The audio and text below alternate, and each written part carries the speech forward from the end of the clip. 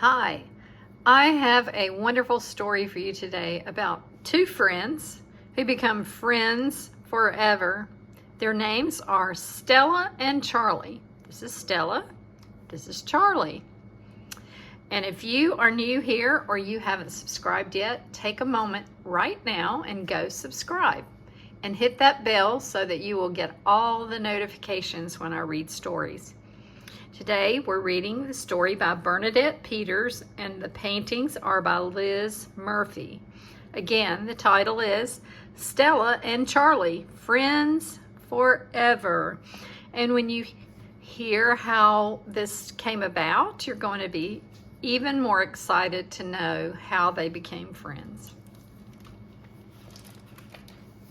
They had to overcome some things in this friendship to become friends forever.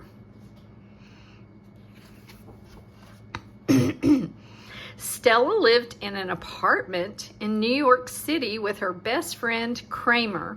One day he was gone and Stella was alone. Maybe you've felt alone before. You see the two leashes, but only one doggy. Stella didn't want to play with her toys. She refused her favorite meatballs. But worst of all, she did not want to dance anymore. Oh yes, Stella was a dancing dog. She just waited by the door for her friend to come back.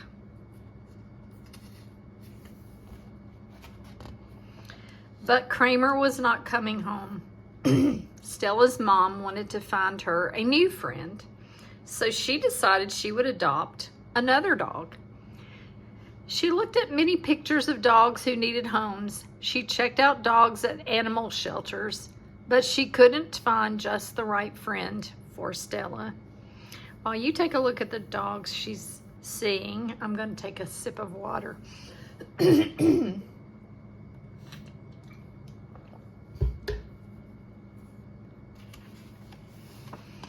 Finally, she heard about a little brown dog who was found in a garbage dumpster.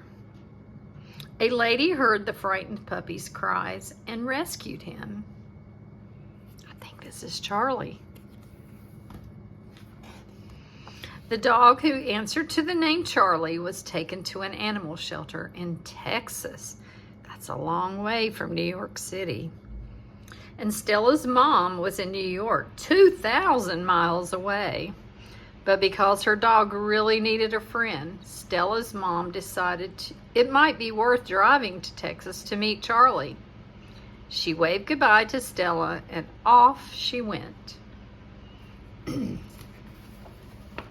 When Stella's mom met Charlie, he wrapped himself around her as if to say, "Yes, I have been waiting for you." Charlie looked at her with his big black eyes. She talked to him, and he listened. She sang to him, and he sang back. Yes, this little dog could actually sing. What a perfect match for Stella. And so, Charlie was adopted. What a happy story already.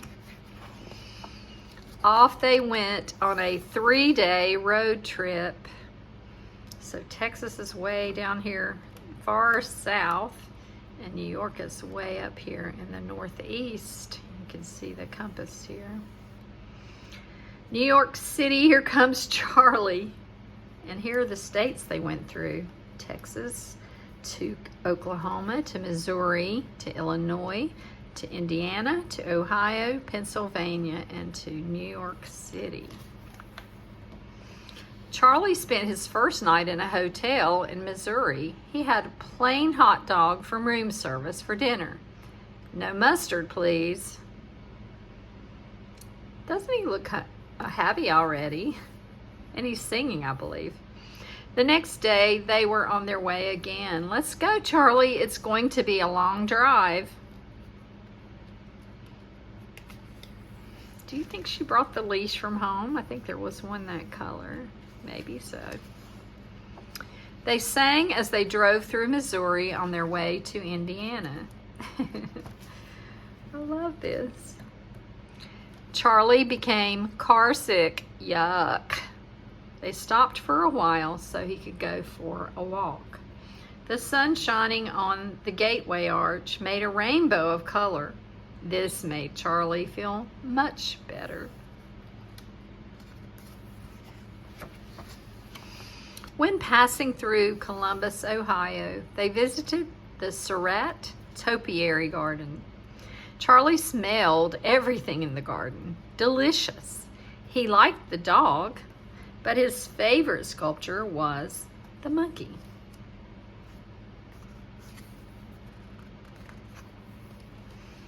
They drove through Pennsylvania on their way to New York City. It was decided that Stella and Charlie would meet in the park. Stella sniffed Charlie, and Charlie sniffed Stella. Excuse me, I'm having trouble with the names. Let me say that again. Stella sniffed Charlie, and Charlie sniffed Stella. Stella chased Charlie, and Charlie chased Stella. They jumped, they ran, they played. Then Stella led Charlie home. She knew the way.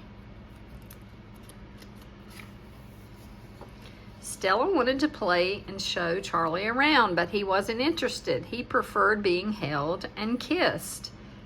And look who's holding him. Stella's mommy. It took a few days before Charlie was comfortable in his new home. Stella taught him the rules. Don't jump on guests. Always eat in the kitchen. No chewing on the chairs, and don't piddle on the floor. She knows all the ins and outs of this house.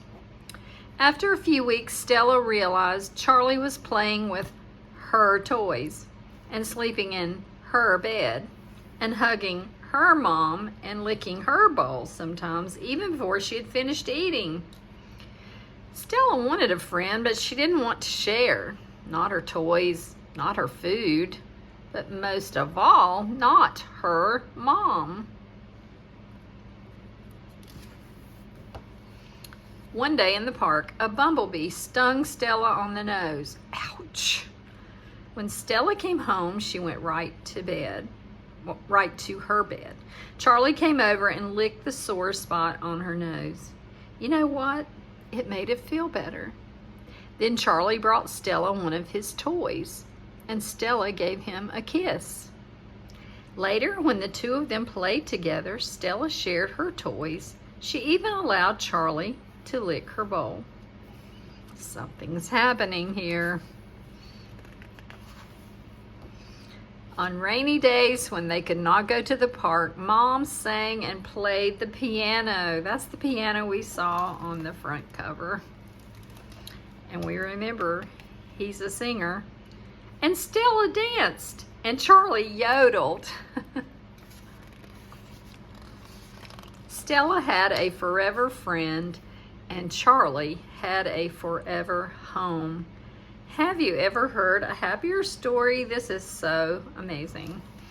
I hope you enjoyed this story, and I hope you've subscribed now.